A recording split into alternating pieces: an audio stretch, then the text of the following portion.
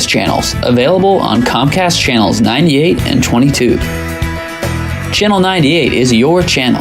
If you have an idea for a program, want to host your own talk show, or submit a film, we're here to get your content on television.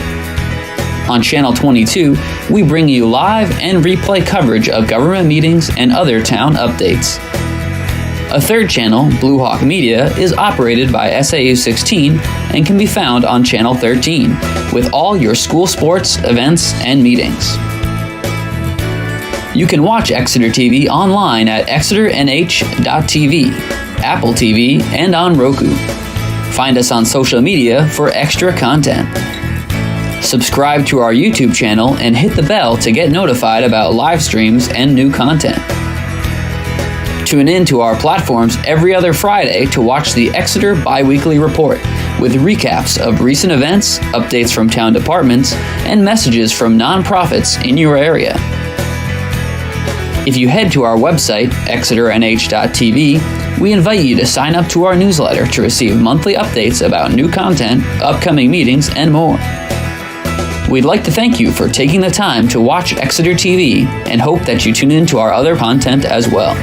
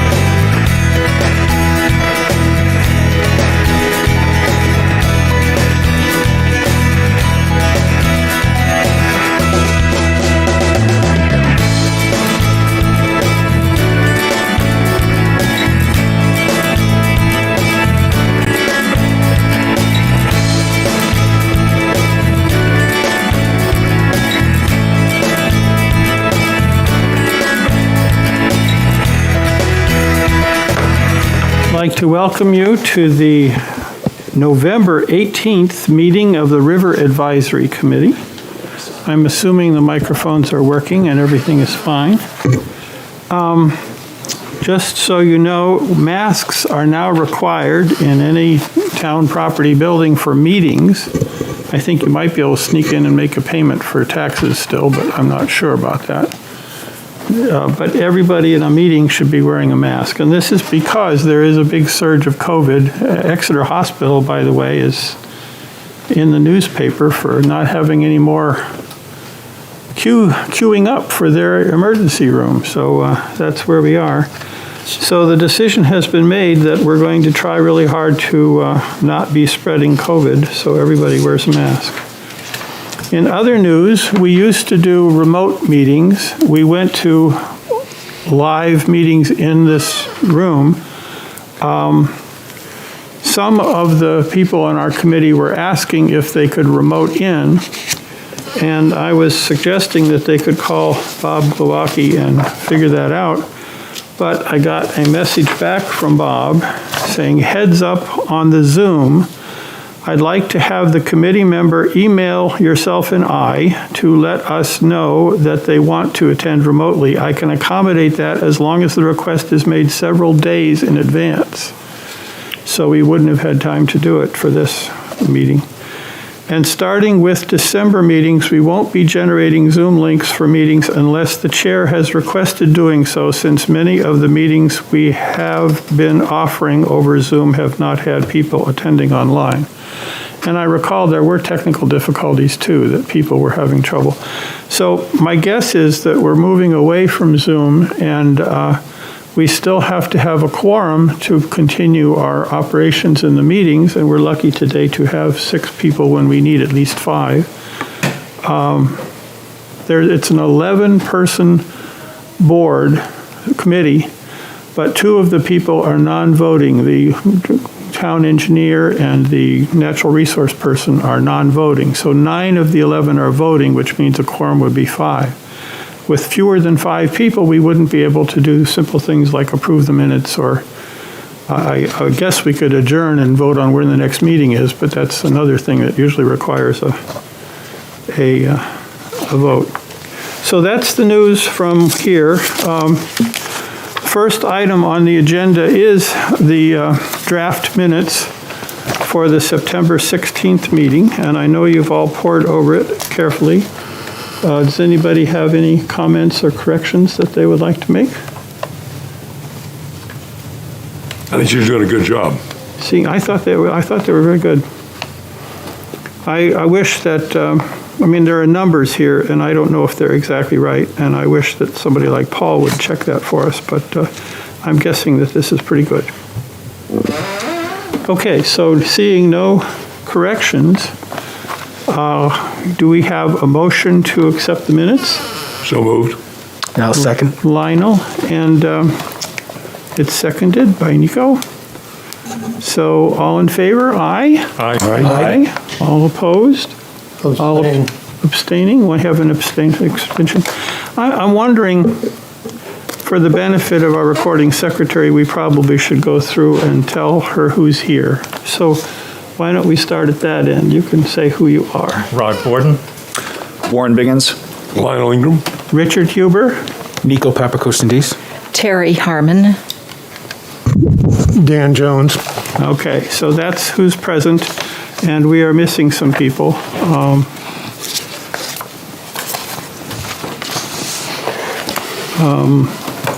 Carl Wickstrom said he couldn't make it. Andrew Koff and Tever Matira, who are both Conservation Commission representatives, and I'm not sure exactly which one is going to be the official one that would be listed on the website, but they were planning on coming. And yeah, I guess that's all. So those are the people who did not make it. Okay, so that was the draft minutes on the agenda. The next item would normally be Paul Vlasich telling us about engineering. And he called me today in the morning and let me know that he's not feeling well, so he wasn't able to come. But he did say some things that I'm supposed to repeat, and I hope I get it right. There are 2 issues that are out there for engineering to make progress on. The first is the Coastal Resilience Grant, and the second is the State Revolving Fund. The Coastal Resilience Grant, as $40,000 plus $20,000 for town match, which if that happened would be $60,000 total. And its focus would be on topographic survey, which would explore flood possibilities, the bathymetric survey, which would look at 300 feet upstream and 400 feet downstream for the height of the water, I guess. And then sediment sampling, which needs a plan and activation and management to determine what the sediment effects are in the river. And the climate change analysis to see to what extent this is all affected by climate change. So this would be the focus of the up to 60K that might materialize for this project. And then the state revolving fund, $350,000, $75,000 the town might borrow, but there is principal forgiveness. I guess the $75,000 is possible principal forgiveness of the $350K amount, but that may turn into a $100K grant. So this is all, incidentally, the representative we're working with is Debbie Lazelle, who was with us on the dam removal project. So there are good reasons to believe that we will be able to work this to get some grant support. Now, I asked Paul if it would make sense to have a December meeting to talk about progress on this. And he said, not really, because these things aren't expected to show progress until January. So his recommendation would be that our next meeting could be January, unless we come up with other things we want to do in the meantime. But the third Thursday of December is very close to Christmas and not recommended as a time to have meetings. Okay, that was what I got from Paul, and I wish he were here to answer questions. But, we can ask him for more detail in January when this is coming to the fore. Okay, any comments about the engineering report? All right, with that, I'm prepared to turn the floor over to, well, let's see, I'm not sure. Okay, please introduce yourself. Okay, my name is Corey Belden with Altus Engineering, and we're here to talk about the Phillips Exeter Academy's High Street Faculty Housing Project. And I did give everyone a small packet with just some basic information that I know you probably haven't had time to review, but I've seen some kind of thumbing through the packet. But just going through, there's the location of the site, as we discussed before. If you were coming down Portsmouth Avenue and hit High Street and just drove straight through the light there, you drive right onto the project site. Please don't do that. But yes, please don't do that. This project is a residential faculty housing development site for Phillips Exeter Academy. The current site has 8 residential units on the site, and some of the buildings are old and decrepit. They're looking to demolish one building, demolish a portion of another building, and renovate the inside, and then construct a series of some mixed residential opportunities with 3 duplexes, a triplex, and an additional single-family residence on the site, which would bring it up to a total of 13 units on site, opposed to the current 8. The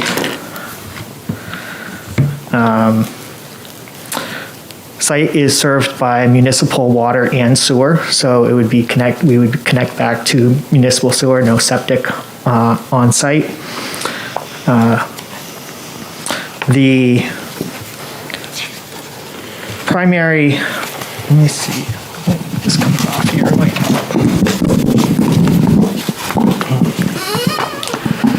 let's see. So this existing conditions plan, I put in an aerial in the background just to get an understanding of the conditions on the existing site. There's two current lots, 35 High Street and 10 Gilman. And then this 8 Gilman Lane is actually has frontage on High Street, but it extends and includes all of the ball fields. It's about a 400-acre site. So what we're looking to do is actually combine these lots into a single residential lot, which would also include the observatory. So the new property line would be down just south of the observatory. So some of it's not as easy to see, but this is the proposed development, 2 duplexes fronting High Street, the triplex, and then some another duplex, single family, and a duplex. The primary development area is, if you're familiar with the site, is sort of up on the upper level that has previously been developed, and really the primary area that's not previously developed is the eastern side of the site over in this area. Obviously, you can see the Exeter River here, Gilman Lane, which also has sewer. It's a sewer force main and gravity main corridor and Unitil corridor. There's an easement that runs through Gilman Lane up to High Street, so that would be maintained, but we are not planning to do any work or touch any of the area between Gilman Lane and the river. So this area is to be remain untouched. In fact, we're trying to stay as far away from this area as possible. We do have some down in front of the observatory where it's currently an open field area. We're looking to do stormwater management facility down in that location. This site was developed many years ago prior to current stormwater regulations. So this project will require a New Hampshire DES alteration of terrain permit. We'll need to meet all local and state stormwater regulations. So we're going to be providing stormwater treatment and management for the entire new site, and we'll be going through that application process as well.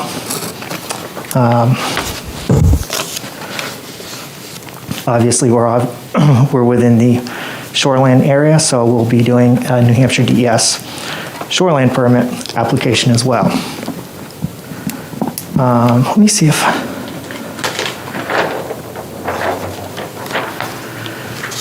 let's see.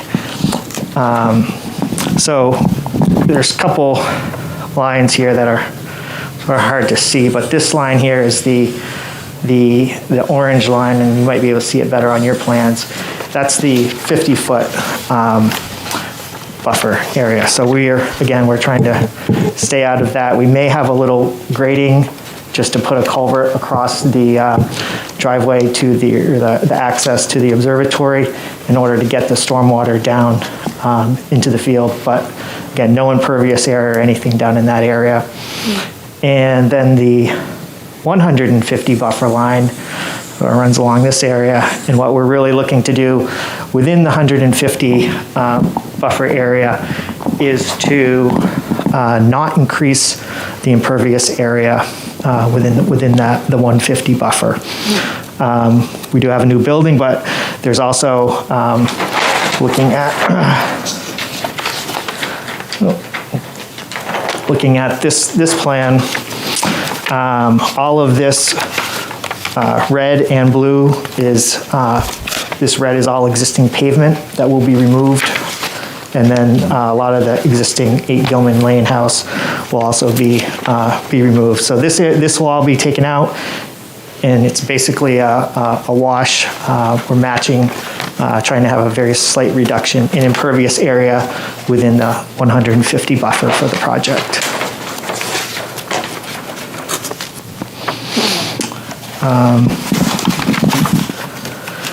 We're still going through a couple permitting processes. We're meeting with HDC tonight. Yep. HDC tonight for the demolition of one of the buildings, and also we're going to the zoning board in December for a couple setback relief that we'll be looking for the project. But looking to submit the site plan application, and pretty much concurrently with the DES applications for shoreland and AOT somewhere around late December, possibly early January. So we've already done our NHB review, and I believe that's in your package as well. And the initial comments from NHB were that they do not have any concerns for the project as long as there are no impacts to the riverbed or riverbanks. So again, we're not touching riverbed or riverbanks, anything in that area to the riverside of Gilman Lane will not be touched for the project. And then I think I thought one interesting point, if you look the last two 8.5 by 11 pictures that I put into your package, there's a historical picture of the river right at that corner, shows the stone wall and the embankment right in front of that would be looking this direction, so it'd be the river, and this is the Harriet Tilton house that you can see in the background, and there's a stone wall that runs right along here, so you can see that picture. Obviously it's cleared and unvegetated, and then the next picture is a photo looking down at that same area from right at the top of Gilman Lane, looking down right where the gate is right there, if you're familiar with it. So you can see current conditions and all that, the vegetation and the trees and the mature tree growth that's in that area. And again, looking at the picture, everything to the right side of Gilman Lane will be undisturbed and won't touch. And we are actually trying to preserve as much as possible to the left. The observatory, which is located, the observatory in this area, the Academy is very sensitive to that and the lighting and preserving this the vegetation that provides that buffer between the development and the observatory. So we're preserving as much as possible in this area where really none of the housing is getting into this evergreen growth here, and they're actually considering doing a little, some additional planting in this area to increase that buffer area as well. So I think that's our summary of the project. I think we can open up the questions or concerns that the board and committee may have. Well, let me ask, the purpose of the project is to create 13 units of affordable housing for faculty, to have a faculty neighborhood. Is that my understanding? If you want to talk about that. Hi, I'm Mark Layton, Director of Facilities at the Academy. So yes, pretty much we have a shortage of housing for our faculty. So we have the multifamily at 35 High Street now that has 6 units. And then we have 8 Gilman Lane, which we want to replace. And then we have one behind it that's 10 Gilman Lane. So by taking down 8 Gilman Lane, and we actually want to take or remove a portion of 35 High Street in the back, and then build anew, which you see on the plan. So that's how we're getting the net gain of 6 more units. But it is intentional for faculty housing, mixture of 2 bedrooms up to 3 bedrooms. So it's a difference, small to large units. And once again, this will be an example of how it's done. Please do it well and point to the world and say, this is how we fix the housing shortage and neighborhood issues. And so is there any chance you could heat this with geothermal? So we looked at that. So it's because of the density on site with the housing. We looked at putting the wells towards the athletic fields, and it just got cost prohibitive at that point. But we are looking at air source heat pumps. And the construction of the housing will be that it's above, it'll be an enhanced building envelope, which will be above the building code, so that we'll get the heating and cooling load down as low as we can. Which has been our sustainability approach, as Warren knows, as manager of sustainability for the campus. All the roofs will have solar cells on it? No, not there. We did look at that too. We looked at that. I mean, it was hard with the roof lines and the exposure and that sort of thing. I think we have other options on campus, other opportunities for solar on campus that we think we can do better with. But these will be built. That's our hope. We still have permitting to go through that with sustainability in mind and energy conservation in mind. And as far as issues of concern for the health of the river, you were saying that pretty much that's been managed and you're not going to impact the Exeter River seriously at all. So no, I mean, Corey can speak to that. Yeah, that's we definitely aren't going to plan to be into that at all. That's the issue that you would bring to the River Advisory Committee with the assurance that, this is not going to impact the river in any negative way. Yeah. With anything with the stormwater management that's being designed, it's an improvement. It's an improvement. Yeah. And the current site has no stormwater management on site, so it'll be a significant improvement on Excellent. For stormwater treatment. Right. Excellent. Yep. So, It's not quite the purview of this board, but what is the status of Gilman Lane here? so what do you mean by the status of Gilman Lane as Is far it a as public way? Is it? private? Yep, private way. We do have easements in place with Town of Exeter and Unitil to have access to their infrastructure. Okay, but it is a private way. Has it always been a private way, or did that get combined in when they did the fully roll with the gym? That I'm not sure. It's as far as to my knowledge, it's always been a private way, but I'm not sure how far back that goes. I'm not sure how far back Gilman Lane exists. I mean, we went back to when we were researching 8 Gilman Lane. Went back to when we were able to get that property. It was around 1910. So prior to that, there may not have been a Gilman Lane. So I'm not sure. Okay. You can see on the site plan, we are planning to reroute Gilman Lane. Yeah, so it's connected. That's what I was asking is, who has the claims to the front part of Gilman Lane that you were grassing over? And if the Academy has a claim to it. Yeah, I mean, it's our property, right? And Let the pipes alone.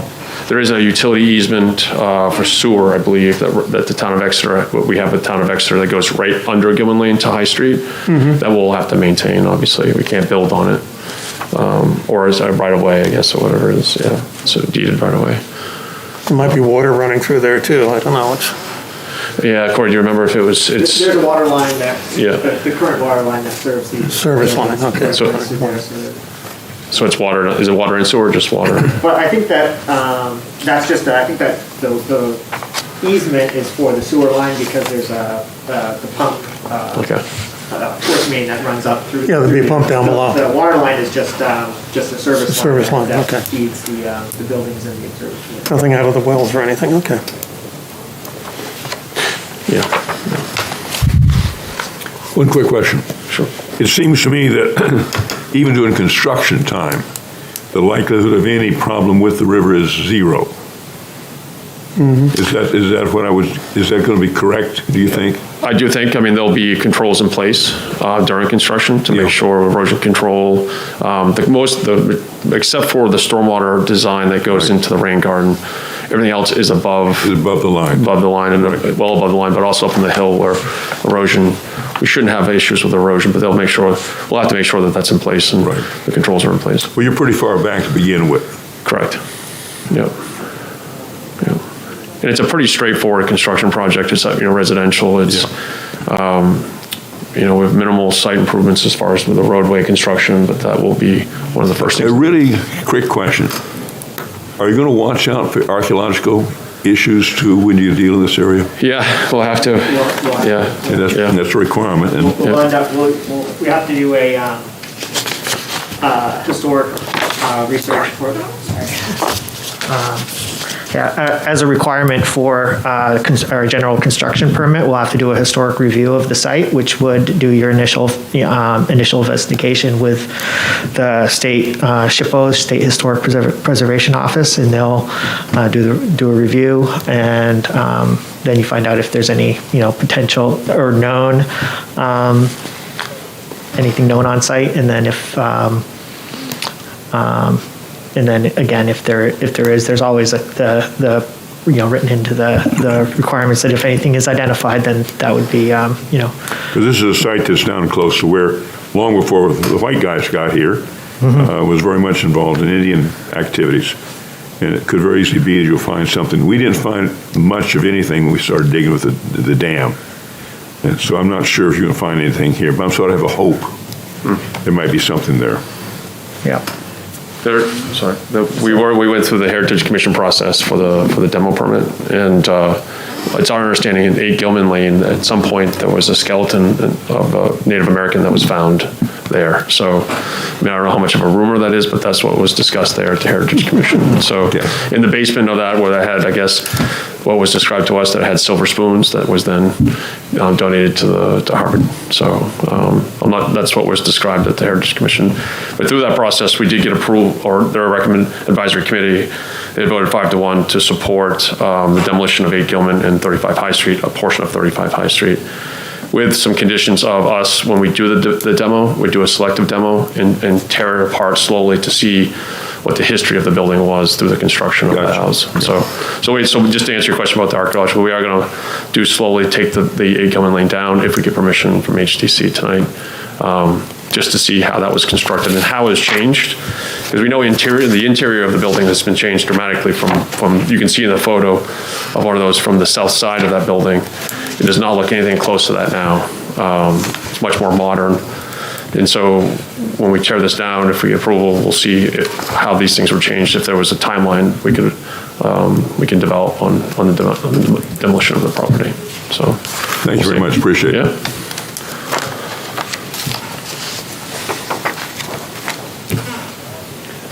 Do we have any other questions or comments?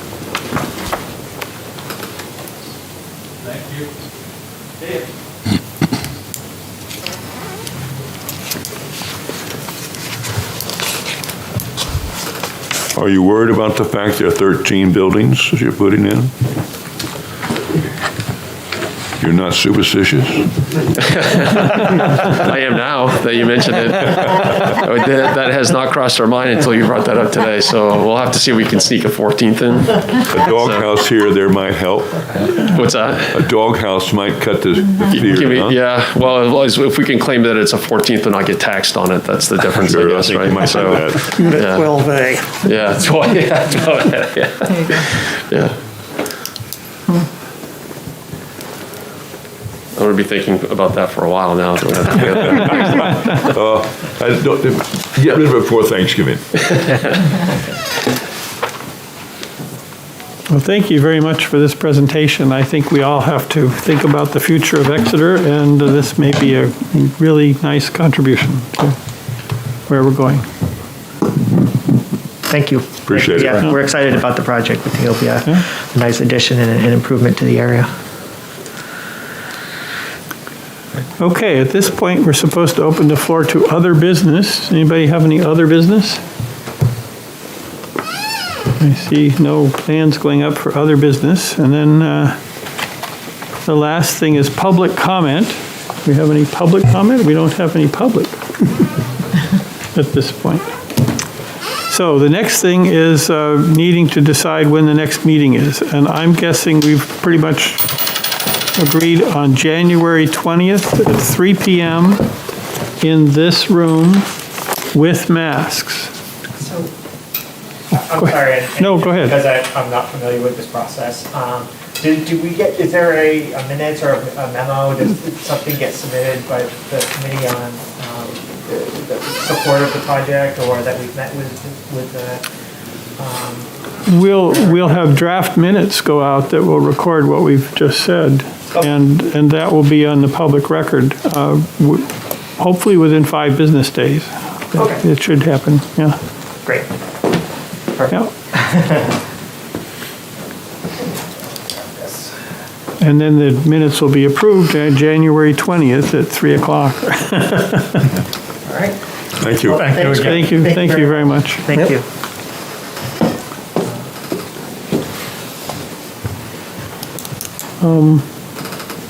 I move that we have it in December. We don't have a November meeting.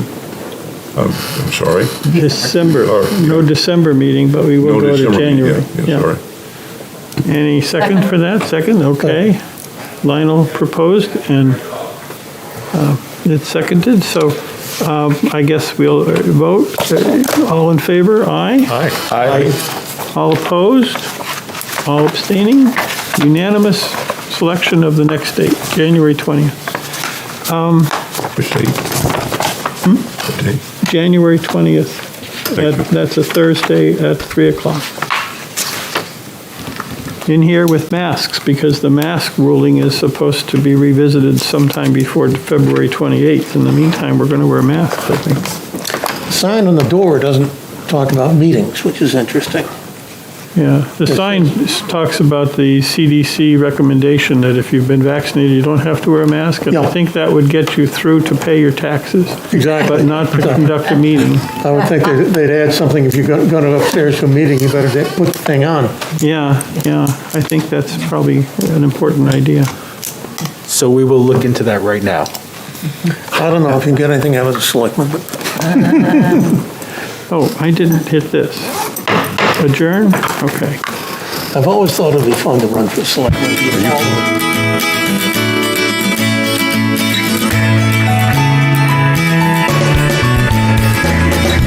Thank you for tuning in to Exeter TV.